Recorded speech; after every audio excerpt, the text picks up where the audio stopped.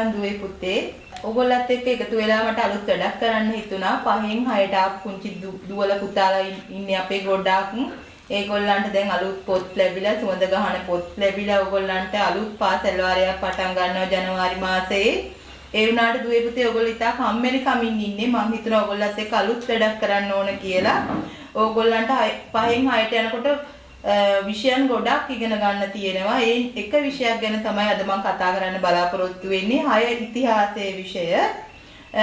මේ 6 ඉතිහාසයේ විෂය මාලාවේ පාඩම් කිහිපයක් ඉතා රසවත්ව ඉදිරිපත් කරන්න මම බලාපොරොත්තු වෙනවා. ඉතිහාසය කියන්නේ මොකක්ද? අපේ ආදි මිනිසා ගැන, ලෝකේ බැරණි ශිෂ්ටාචාර ගැන, ශ්‍රී ලංකාව ජනාවාස වීම ගැන, ඒ වගේම අපේ ශ්‍රී ලංකාවේ ශ්‍රේෂ්ඨ රජවරුන් ගැන කතා කරන්න බලාපොරොත්තු වෙන ඉතා රසවත් විදිහට. මුලින්ම මම අද ඔයාලට කතා කරන්න බලාපොරොත්තු වෙන්නේ ඉතිහාසයේ හැඳින්වීම, ඉතිහාසය ඉගෙනීමේ ප්‍රයෝජන මොනවද කියලා. ඕගොල්ලෝ පුතේ අලුත් විෂයක් නිසා දන්නේ නැතුව ඇති ඉතිහාසය කිව්වහම විශාල පුරුෂේත්‍රයක් තියෙනවා. ඉතිහාසය කියලා කියන්නේ ඔයාලට කිව්වොත් මම පුංචි දරුවෙක්ගෙන් ඇහුවොත් ඉස්සර කාලේ දේවල් අපේ අතීතය විවිධ නිර්වචන අපේ දුවල පුතාලා අතින් අපිට අහන්න ලැබෙනවා. ඉස්සර කාලේ ජීවත් වූ මිනිසුන් ගැන තොරතුරු සොයා බලා පැහැදිලි කිරීමට තමයි කියන්නේ ඉතිහාසය කියලා. අපේ අතීතය කිව්වොත් හරි. ඉස්සර කාලේ මිනිස්සු ගමන් බිමන් ගිය හැටි, කාපු බීපු හැටි, ඇඳුම් ඇඳ හැටි, ඒගොල්ලෝ චාරිත්‍ර වාරිත්‍ර පවත්වපු හැටි මේ සියලු දේවල් අපි ඉතිහාසයෙන් ඉගෙන ගන්නවා. ඔයගොල්ලෝ දන්නේ නැතුව ඇති පුතේ මේ ග්‍රීසියේ හිටියා හෙරඩෝටස් කියලා ඉතිහාසඥයෙක්. එයා තමයි අපි සලකන්නේ ඉතිහාසයේ පියා විදිහට. ඉතිහාසය ගැන නිර්වචනයක් කිව්වොත් මම ඔයාලට මානව ශිෂ්ටාචාරයේ අඛණ්ඩ වර්ධනය පිළිබඳ තොරතුරු විමසා බැලීමට අපි කියනවා ඉතිහාසය කියලා. ඕගොල්ලෝ දුවේ පුතේ ඉතිහාසය ඉගෙන ගන්නේ කොහොමද කියන එක අපි පොඩ්ඩක් විමසා බලමු. ඔයාගේ සීයාගේ සීයා ඔයා දැකලා නැහැ. ඒ වගේම ඔයාගේ පාසල ගොඩ නගපු හැටි ඔයා දැකලා නැහැ. ඔයාගේ ගමේ පැරණි වැඩිහිටියන්ව ඔයා දැකලා නැහැ. එහෙනම් කොහොමද පුතේ මේ තොරතුරු අපි හොයාගන්නේ? ඔයාගේ සීයාගේ සීයා ඔයාගේ තාත්තා කියන තොරතුරකින් තමයි ඔයා දැනගන්නේ සීයාගේ සීයා මෙන්න මෙහෙම වෙන්න ඇති කියලා. ඔයාගේ ඉස්කෝලේ මුලින්ම හදපු හැටි ඔයා දැනගන්න ඇත්තේ ඔයාගේ පාසලේ ලිපි ලේඛන වලින්. තවත් වෙලාවක ඔයාගේ ගමේ පැරණි වැඩිහිටියන් ගැන ඔබේ පාසලේ විදුහල්පතිතුමා කරන කතාවකින් දැනගන්න ඇති. මෙන්න මේ විදිහට අපිට අපේ ඉතිහාසය ගැන විවිධ තොරතුරු විවිධ ආකාරයට හොයාගන්න පුළුවන්. ඒ වගේමයි දුවේ පුතේ ඉතිහාසය ඉගෙන ගනිද්දී විවිධ ගැටලු අපිට මතුවෙනවා. ඉස්සර කාලේ රජවරු කොහොමද වැව් හැදුවේ? කොහොමද දාගැබ් හැදුවේ? කොහොමද වෙහෙර විහාර හැදුවේ? ඉස්සර කාලේ අපේ රටේ රජවරුන් ඉඳගත් සිංහාසනය මොන වගේ වෙන්නේ නැද්ද? ඉස්සර කාලේ අපේ රටේ භාවිතා කර මුදල් මොන වගේ වෙන්නේ නැද්ද? මේ විදිහට ඔයාලට විවිධ ගැටලුම් පැන නැගෙනවා අපේ ඉතිහාසය ගැන තොරතුරු හොයද්දී දුවේ පුතේ. අපේ රටේ කෞතුකාගාරයේ තැන්පත් කරලා තියෙනවා අපේ රටේ රජවරුන් භාවිතා කර සිංහාසනය.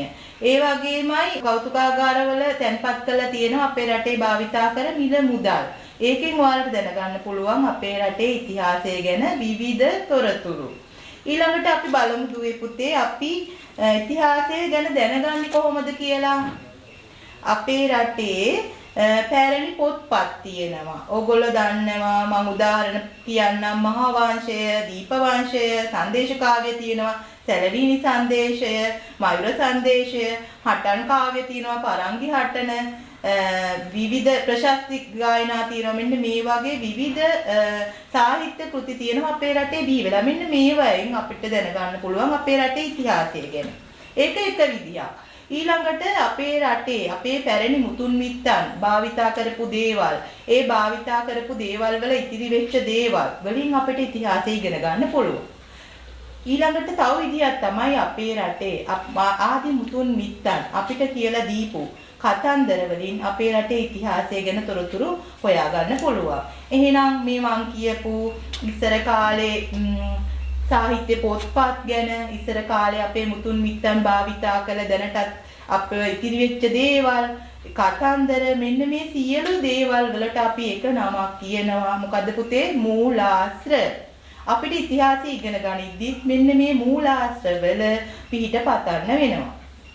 මේ මූලාශ්‍ර ඉතිහාසය ඉගෙන ගනිද්දි අපි ප්‍රධාන කොටස් දෙකක් යටතේ කතා කරනවා. එකක් තමයි සාහිත්‍ය මූලාශ්‍ර. අනිත් එක තමයි පුරාවිද්‍යාත්මක මූලාශ්‍ර. පැරණි පොත්පත්, ඒ වගේ ලියපු දේවල්, ජනකතා මේ සියලු දේවල් වලට තමයි පුතේ කියන්නේ සාහිත්‍ය මූලාශ්‍ර කියලා. ඒ වගේම පැරණි කාලයට අයත් භාණ්ඩ, ගොඩනැගිලි, සුන්බුන්, ඉතිරි වෙච්ච කොටස්, සතුන්ගේ ඇටකටු මෙන්න මේ දේවල් වලට සියල්ලට අපි කියනවා පුරාවිද්‍යාත්මක මූලාශ්‍ර කියලා. ඔයාලා දන්නවා අපේ රටේ අනුරාධපුර පොළොන්නරු ගොඩනැගිලි තියෙනවා, විහෙර විහාර තියෙනවා, දාගැබ්, ප්‍රතිමා නිර්මාණ මේ සියලු දේ අපිට කතා කරන්න පුළුවන් පුරාවිද්‍යාත්මක මූලාශ්‍ර හැටියට.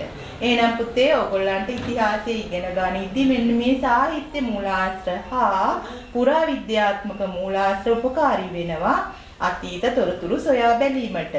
මම ඔයගොල්ලන්ට කිව්වා මුලින්ම අපි ඉතිහාසය ගැන ඔන්න ඔය විදියට හැඳින්නුවා. ඊට පස්සේ බලමු පුතේ ඉතිහාසයේ ඉගෙන ගන්න එකේ තියෙන ප්‍රයෝජන. ඇයි අපි ඉතිහාසය ඉගෙන ගන්නෙ? අපිට ඉතිහාසයක් තියෙනවද? මොකටද මේ විෂය දාලා තියන්නේ ඇයි කියන ගැන අපි අවධානය යොමු කරන්න ඕන. ඕගොල්ලෝ දන්නවා අපේ පැරණි මුතුන් මිත්තන්, අපේ රජවරු වැව් හැදුවා, දාගැබ් හැදුවා, පෙර විහාර හැදුවා, පිළිම හැදුවා. ඒගොල්ලෝ අපේ රට ලස්සන රටක් බවට පත් කරලා තිබුණා. ඔයගොල්ලෝ දන්නවා අපේ රට පෙරදිග ධාන්‍යාගාරය කියන නමින් හැඳින්වුවා. මෙන්න මේ විවිධ යෙදුම් වලින් හඳුන්වන්න හේතුව තමයි අපේ මුතුන් මිත්තෝ අපේ රටට කළ සේවාව. මේ අතීතය තේරුම්ගෙන අපේ වර්තමාන ජීවිතය හදාගන්න අපිට ඉතිහාසය ඕන වෙනවා. අතීතයේ අපි හිතමු උදාහරණයක් විදිහට කෘෂිකර්මාන්තය කරා කියලා අපේ රටේ කෘෂිකර්මාන්තය කරද්දී පාරම්පරික අත්හදා බැලීම් කරා අපේ මුතුන් මිත්තෝ. ඒක නිසා තමයි අපේ රට හැඳින්වුවේ පෙරදිග ධාන්‍යාගාරය කියලා. ඊට පස්සේ අපේ රට ස්වාධීන ස්වයං පෝෂිත කරා. මෙන්න මේ දේවල් ගැන අපි තොරතුරු හොයා බැලුවොත් අපේ වර්තමාන ජීවිතයටත් මේ ඉතිහාසයෙන් තොරතුරු ගන්න පුළුවන්. අන්න ඒක තමයි කියන්නේ දුවේ පුතේ අතීතයේ තේරුම්ගෙන වර්තමානයේ ගොඩනගා ගන්න ඉතිහාසය අපිට වමනා වෙනවා. ඉස්සර කාලේ රජවරු වැව් හැදුවා, දාගැබ් හැදුවා, විහෙර විහාර හැදුවා. ඒගොල්ල උපරිම තාක්ෂණයක් භාවිතා කරා, සීගිරිය නිර්මාණය කරා, සීගිරි බිතුසිතුවම් හැදුවා, ඉසුරුමුණි පෙම් යුවල, සමාධි පිළිමය මේ වගේ දේවල් කරන්න ඒගොල්ලෝ දක්ෂ වුණා. අන්න ඒ දේවල් අපේ වර්තමාන ජීවිතයටත් පාඩමක් ඉගෙනගෙන අපිට මේ දේවල් ඉතිහාසය තුලින් අපේ වර්තමාන ජීවිතය ගොඩනගා ගන්න පුළුවන්. ඒ වගේමයි අපේ රටේ විවිධ සංස්කෘතීන් තියෙනවා පුතේ. සිංහල, දෙමළ, මුස්ලිම්, බර්ගර් විවිධ සංස්කෘතීන්ට අයත් ජන වර්ග ජීවත් වෙනවා. මෙන්න මේ හැම දෙනාගේම සංස්කෘතිය යාට වටිනවා. මෙන්න මේ අනිත් කෙනාගේ සංස්කෘතියට ගරු කරන්න උගන්වනවා මේ ඉතිහාසය ඉගෙන ගන්න එකේ. ඒක ඔයාට ප්‍රයෝජනයක්. ඊළඟට නායකත්ව ගුණාංග ඔයාගේ වර්ධනය කරනවා මේ ඉතිහාසය ඉගෙන ගන්න එකෙන්. උදාහරණයක් විදිහට ගත්තොත් දුවේ පුතේ දුටුගැමුණු රජතුමා අපි සලකන්නේ වෙහෙර විහාර 89ක් කර වූ රජතුමා. රුවන්වැලි සෑය, මිලිසවැටිය, ලෝවා මහපාය වගේ වෙහෙර විහාර කරා. මහා පරාක්‍රමබාහු රජතුමා තෝපා, එරබදු, දුඹුටුළු වැව් එකතු කළා පරාක්‍රම සමුද්‍රය නිර්මාණය කරා. මහසෙන් රජතුමා මින්නේරි දෙවියන් කියලා හැඳින්නුවා. ඒ වගේමයි දාසියන් රජතුමා කලා වැව කරා. මෙන්න මේ වගේ ඉතිහාසයේ විවිධ රජවරු අපේ රටේ නායකයන් විදියට කටයුතු කරා. ඒ ගැන අපිට දැනගන්න පුළුවන් පුතේ ඉතිහාසයෙන්. ඒක තමයි මම කිව්වේ ඔයාලට නායකත්ව ගුණාංග වර්ධනය කරගන්න පුළුවන් අපිට ඉතිහාසය ඉගෙන ගන්න එකෙන්. ඒකෙන් ඔයාට ඔයාගේ අපේ නායකත්ව ගුණාංග ඇති කරගන්න පුළුවන්.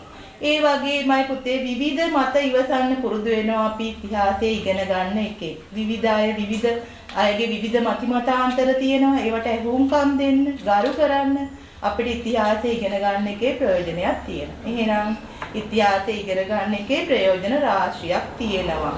අතීතයේ තේරුම්ගෙන වර්තමාන ජීවිතය හදා ගන්න පුළුවන්. නායකත්ව ගුණාංග වර්ධනය කරගන්න පුළුවන්.